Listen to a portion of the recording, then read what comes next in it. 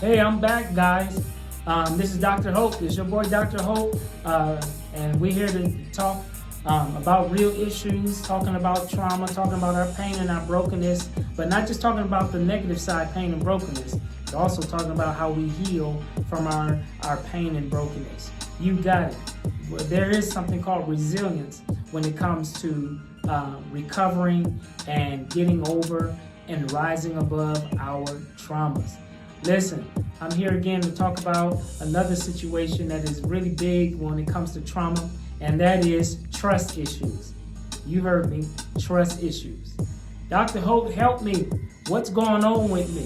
Why do I struggle with trusting all the time? Well, let me tell you, there are some brain processes that is taking place that is preventing you and that is creating struggles for you to trust. And I'm going to go over a few of those things. Listen, you know I'm a national expert when it comes to trauma, travel throughout the nation, helping people heal, helping people address their pain and brokenness with trauma. Just because you had trauma don't mean you have to remain in trauma. You can heal and rise above it. I also do a lot of local work here in Tucson as well. And so I go across the nation from sea to shiny sea, helping people to deal with trauma. Today I want to talk about trust issues, right? There's so many Americans, there's so many people, and you may be one of them today, that is really struggling with trust.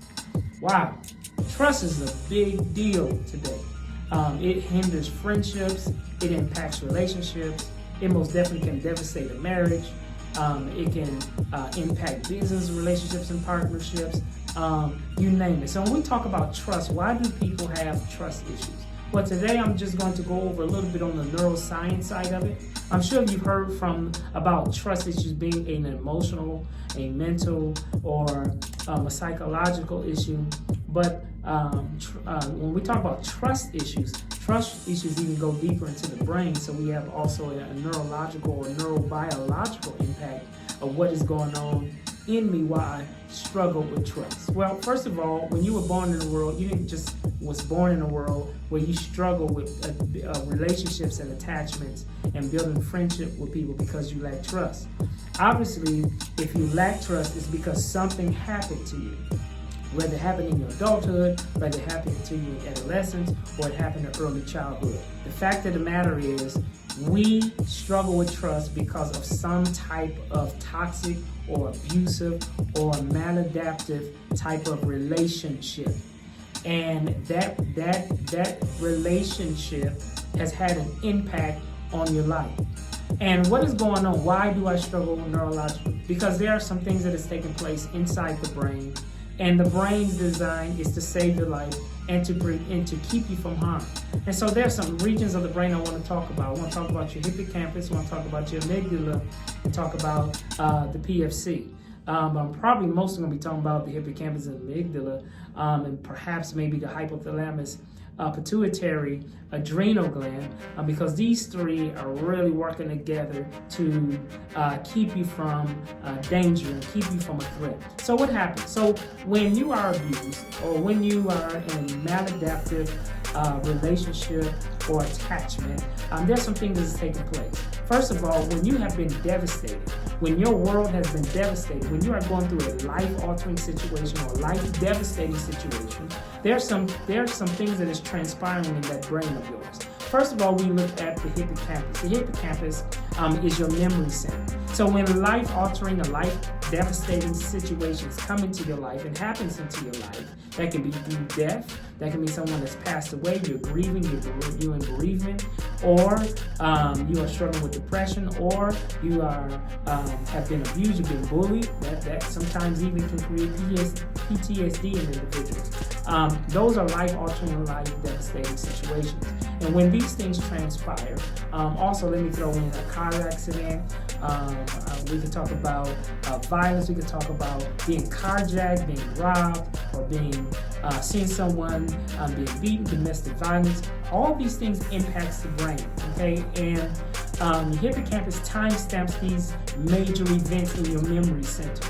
And so you remember these things. And then two, the amygdala, which is your fear center, puts you on high alert that you are in danger, okay? And then the HPA, known as the hypothalamus pituitary adrenal gland, releases cortisol hormones, and that is to get you into fight or flight. And so all of these things are taking place when we are in toxic environments and when bad things have happened to us. Secondly, I want to talk about is not only that your sympathetic nervous system is alerted that you are in a threatful situation or you're in danger, but secondly, sometimes if the brain has really been through, if the body and the person have really been through some serious devastating stuff, not only it activates the sympathetic nervous system, but it can alter the sympathetic nervous system to where the brain begins to perceive a threat that's really not there.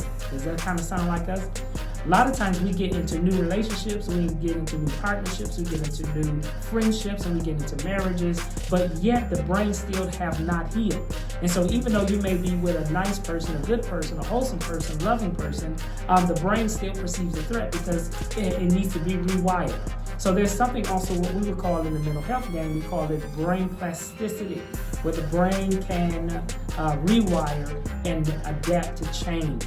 This is what's needed a lot of times for people to get back into that calming state, to relax a little bit, to shift from being maladaptive to adaptive, so that we can bring wholeness and healing. Because the more you are healed, the more happiness that you can bring to somebody else. So the neuroscience piece of it is that we need to rewire the brain so we can shift our realities, because your life is predicated on how you think. If you think a certain way, your life is a certain way, your reality is a certain way. And so we have to rewire the brain in order to create healing. This is for all humans. It's just the way that we work. So that takes me to my next point. Now that we saw the neuroscience piece of why we are this way, and we also call it hypervigilance. Okay, so when we say we don't trust, that really in the medical or in medical and the mental health field, we call it hypervigilance, hypersensitivity, and we call it dissociation. Dissociation is really a big word that we say people are numb, right? When you've been hurt so much to where you become dissociative, even to the point that you can have a dissociative disorder, to where the brain has been so rewired and has been heavily impacted to the point to where you can be dissociative and you can just be desensitive. And you can see that when you're dissociative, you're desensitized and you're numb, and perhaps you're being told that you just seem like you don't feel, you don't care about anything, right? Well, those are defensive mechanisms that when we have been impacted, so we struggle to open up. And then we also, it's not only dissociative, but we are also hypervigilant, which means we are always on high alert. We are always waiting on something to happen. Does that sound like you? Nobody probably never broke it down this way. You're waiting for the worst to happen. You can never plan for the best because you constantly are hoping. You can never hope for the best because you're constantly planning for the worst. This is hypervigilance, where we're just constantly on high alert, and the brain is constantly stimulated, and your mind is constantly moving. And this is what creates exhaustion. This is create irritability. It creates it trigger depression. All of these different things, and loneliness, right? So how do I come out of this, Dr. Holt? I'm glad you asked me. Let's talk about, let's rewire the brain again. Well, have you noticed the common denominator is relationships and friendships, or just ships, period, right? When it comes to when people come together, partnerships, friendships, relationships, marriages, all you name it. The common denominator is relationships. How do a person be in a loving, how do a person feel joy and rejoice and happiness? It's because of loving relationships. How do people feel misery, pain, and depression? Because of relationships. And so bad relationships rewire the brain. Loving, healthy relationships rewire the brain. So we're going to talk about the 5 R's of reversing my trust issues, right? Number 1 is recognize the red flags. Listen, when somebody show you their red flags and they show you their true colors, believe them. Trust me. Take action then, because if you don't, you're going to pay for it later. So 1, recognize the red flags. With people talking to you in a disrespectful way, people are condescending, people have nothing positive to say about you or to you, Listen, pay attention to those red flags. People are not just abusive physically and emotionally. Sometimes people are abusive verbally, always tearing you down, attacking your self-esteem and your self-value. So listen, number one, recognize the red flags. Two, the second R I want to tell you is remove the pain from your past. Listen, everybody have a past. We've all made some dumb things, said some dumb things. But the best thing you can do is learn from the past. So you got to learn to remove the pain from the past. You can't sit in the past. You can't feel sorry for yourself. You can't give up on life. You can't shut down on your passion and on your dreams because you still have a lot of air to breathe and a lot of life to live. So secondly, remember, remove the pain from your past. Thirdly, this third R I want to talk about is repeating the same mistakes. Listen, at some point, wisdom has to kick in. We've all had our share of mistakes. We've done some dumb stuff, including myself, said some dumb stuff, including myself. But listen, if you're going to get your trust back and get to the place where you can be in the driver's seat of your future and destiny, you're going to have to stop making and repeating those same mistakes. Listen, mistakes is a part of the journey of life. We've all made those mistakes, right? And we've even been embarrassed of some of our mistakes. And I can tell you, I've been embarrassed of some of mine. But listen, if you're going to rise above your trust issues and finally give people that love you a fair chance, you're going to have to learn this third R, and that is repeating the same mistakes. Fourthly, I want to talk about is the fourth R, and that is to release the unforgiveness. Do you know how many people are walking around with grudges in their heart? They are walking with so much unforgiveness. And guess what? People think because you won't forgive them that you're getting back at them. No, you're not getting back at the one that hurt you. Matter of fact, you're still allowing the person that hurt you to continue to hurt you. Listen, I would tell you it's not worth it. I will not let somebody live in my mind rent-free.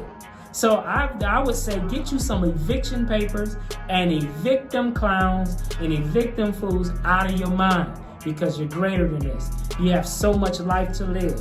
And I would tell you, if you want to get into the driver's seat of your life, rise above your trust issues and turn your lemons into lemonade and stop living those life of sourness, then start forgiving. I'm going to tell you, let it go. Letting it go doesn't mean you're weak. Letting it go doesn't mean that you're being soft. Letting it go means is that you want to release yourself from the pain of your past. And so if you want to do that, let it go. I know some people that are still upset with dead people. People are holding grudges against people that's dead. Are you kidding me? You better get yourself up, pick your head up, wash yourself off, and get the tears out of your eyes and let it go, because you have so much more to live and you're better than that. Finally and fifthly, because I don't want to take too much of your time, my final and fifth R is rejoice for your future.